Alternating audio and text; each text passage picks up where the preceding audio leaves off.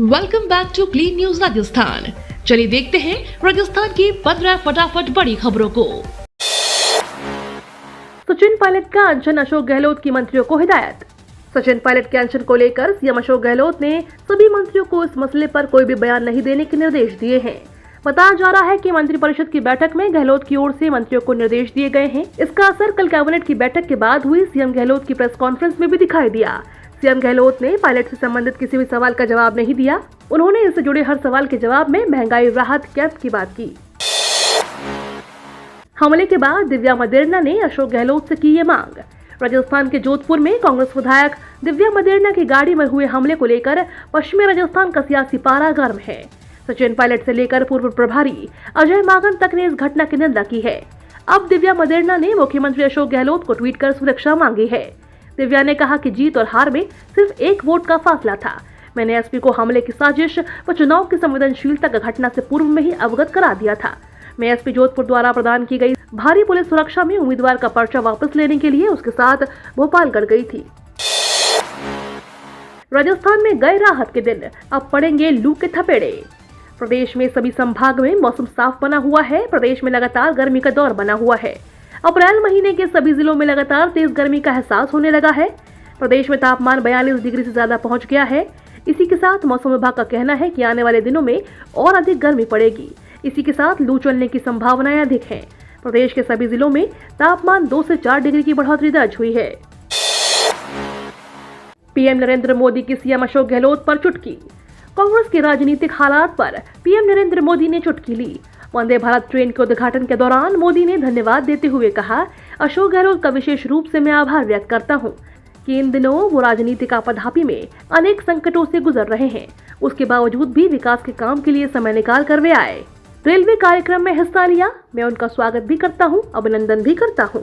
प्रधानमंत्री मोदी ने कहा, गहलोत जी आपके तो दो हाथ में लड्डू हैं। आपके रेल मंत्री राजस्थान के हैं और रेलवे बोर्ड के चेयरमैन भी राजस्थान के हैं, तो आपको तो दो हाथ में लड्डू हैं।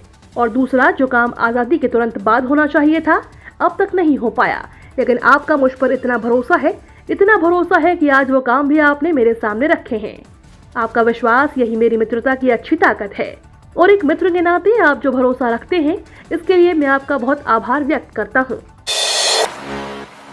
पीएम मोदी के भाषण का सीएम गहलोत ने दिया ये जवाब। प्रधानमंत्री नरेंद्र मोदी और मुख्यमंत्री अशोक गहलोत ने एक बार फिर से एक साथ मंच साझा किया। मौका था राजस्थान की पहली वंदे भारत ट्रेन की शुभारंभ का। इस दौरान पीएम मोदी ने सीएम गहलोत की तारीफ की, लेकिन पिछली सरकारों के रेल मंत्रियों को जमकर खरी खोटी सुनाई। जिसके बाद अब सीएम गहलोत की इस पर तल्ख प्रतिक्रिया सामने आई है।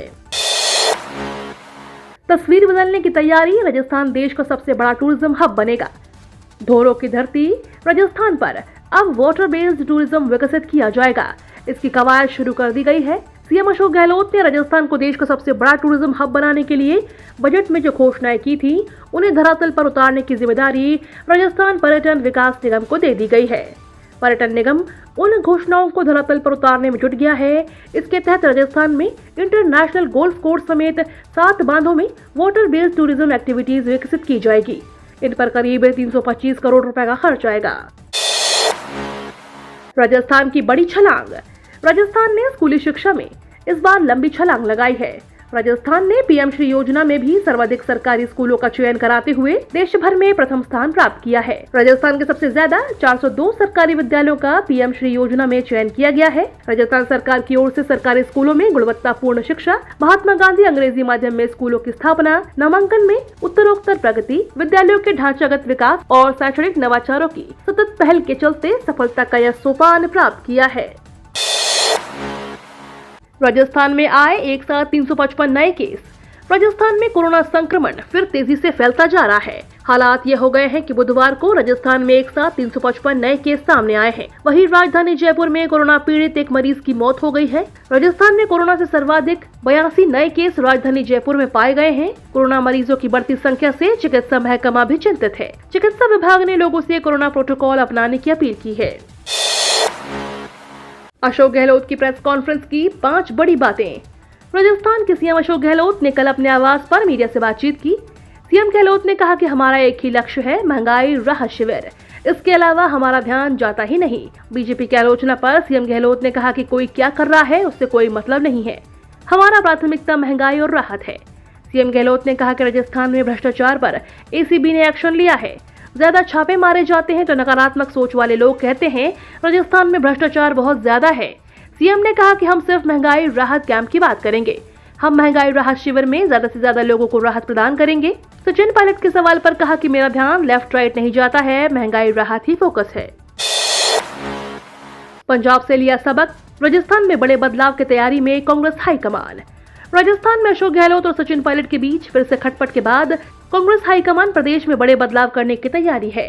सूत्रों के मुताबिक कांग्रेस के शीर्ष नेतृत्व ने इशारा दिया है कि गहलोत और सचिन पायलट के बीच खींचतान को खत्म करने और पार्टी में एकता बहाल करने के लिए एक बड़ा बदलाव किया जा सकता है। सूत्रों का कहना है कि इस बदलाव का समय और इसकी प्रकृति कई कारकों पर निर्भर करेगी। इसमें अन्य सीनियर नेताओं से प्रतिक्रिया और राज्य की राजनीतिक स्थिति का आकलन भी शामिल है। दिल्ली पहुंचे पायलट की नेताओं से गुप्त बैठक की चर्चा, प्रियंका ने भी साधा संपर्क। राजस्थान से लेकर दिल्ली तक एक बार फिर से सियासी सरगर्मी परवान चढ़ती दिखाई दे रही है। सचिन पायलट वसुंधरा सरकार के दौरान हुए गड़बड़ घोटाले के खिलाफ एक्शन न लेने के चलते एक दिन के अनशन के बाद दिल्ली पहुंच गए हैं। अनशन के बाद इस तरह से पायलट के दिल्ली पहुंचने को लेकर भी कई चर्चाएं चल रही हैं। कहा जा रहा है कि दिल्ली में सचिन पायलट के कई नेताओं के साथ गुप्त मीटिंग हो सकती है। साथ ही इसके बाद सचिन पायलट अगला क्या कदम उठाएंगे, इसे लेकर भी तस्वीर साफ हो सकती है। चुनावी साल के लिहाज से पायलट का अगला कदम कांग्रेस के लिए अहम हो सकता है। रीट मेंस का रिजल्ट अब मिड अप्रैल नहीं, लास्ट मंथ तक आने की संभावना। रीट मेंस का एग्जाम दे चुके करीब राजस्थान के 20 लाख कैंडिडेट्स को रिजल्ट का इंतजार है। आखिर रीट मेंस का रिजल्ट कब आएगा, ये बड़ा सवाल है। सूत्रों की माने तो रीट 3rd ग्रेड शिक्षक भर्ती परीक्षा रिजल्ट अप्रैल माह के आखिरी सप्ताह तक जारी हो सकता है। पहले रीट मेंस यानी 3rd ग्रेड शिक्षक भर्ती का रिजल्ट अप्रैल मिड में जारी होने की संभावना थी, लेकिन अब ऐसा होना काफी मुश्किल है। ऐसे में जानकार ये भी बता रहे हैं कि रीट मेंस का रिजल्ट अप्रैल के आखिरी सप्ताह या मई के शुरुआती दिनों में आने की पूरी संभावना है। आधे शहर में आज 13 अप्रैल को जलापूर्ति रहेगी बंद। नगर विकास न्यास की ओर से थर्मल चौराहे पर करवाए जा रहे कार्य के दौरान 33 केवी फीडर की आपूर्ति बंद होने, कैलाशपुरी उच्च जलाशय के पास 250 mm व्यास की पाइपलाइन एवं भदाना मेन रोड पर 350 mm व्यास की पाइपलाइन से इंटरकनेक्शन कार्य, अंटाघर ग्लोब चौराहे पर 4.5 mm व्यास की पाइपलाइन पर वॉल्व लगाने के कार्य के कारण आज 13 अप्रैल को सुबह 10 बजे से रात 8 बजे तक जलापूर्ति बाधित रहेगी। कर्मचारियों के लिए अच्छी खबर। कर्मचारियों के लिए अच्छी खबर है। दरअसल उनके खाते में संशोधन किया गया है। इसके साथ ही लिमिट को भी बढ़ाया गया है। 2 दशक के बाद लिमिट में हुए संशोधन का लाभ लाखों कर्मचारियों को होगा। इसके साथ ही उन्हें 25 लाख रुपए तक का लाभ मिल सकता है। दरअसल 2 दशक के बाद अवकाश यात्रा भत्ता के लिमिट में संशोधन किया गया है। 2 दशक वाले लिमिट 3 लाख रुपए हुआ करती थी, इसे बढ़ाकर 25 लाख रुपए किया गया है। इसका लाभ गैर सरकारी कर्मचारियों को मिलेगा। योजना के तहत कर्मचारी अधिकारी को कंपनी की ओर से विदेश घूमने का ऑफर दिया जाता है, जिसका पूरा खर्चा कंपनी द्वारा वहन किया जाता है। इस साल से सस्ते होंगे लोन, कम होगी महंगाई। ऊंची ब्याज दरों से इस साल से राहत मिल सकती है। देश और दुनिया के बैंकिंग एक्सपर्ट्स और फाइनेंशियल इंस्टीट्यूशंस का अनुमान है भारत में रिटेल महंगाई दर 6% से नीचे आएगी। दूसरी तरफ आर्थिक विकास दर थोड़ी सुस्त पड़ने की आशंका है। ऐसे में रिजर्व बैंक रेपो रेट में कटौती शुरू करेगा। इससे लोन सस्ते होने लगेंगे। रिजर्व बैंक ने बीते हफ्ते दरें नहीं बढ़ाई, लेकिन 6.50% रेपो रेट 7 साल में सबसे ज्यादा है। एसबीआई के ग्रुप चीफ इकोनॉमिक एडवाइजर सौम्य क्रांति घोष ने कहा कि आरबीआई के ताजा फैसले से पहले आशंका थी ऊंची दरें लंबे समय तक रहेंगी। ये तो थी राजस्थान की बड़ी खबरें। रोजाना सबसे पहले अपडेट पाने के लिए क्लीन न्यूज राजस्थान को अभी सब्सक्राइब करें।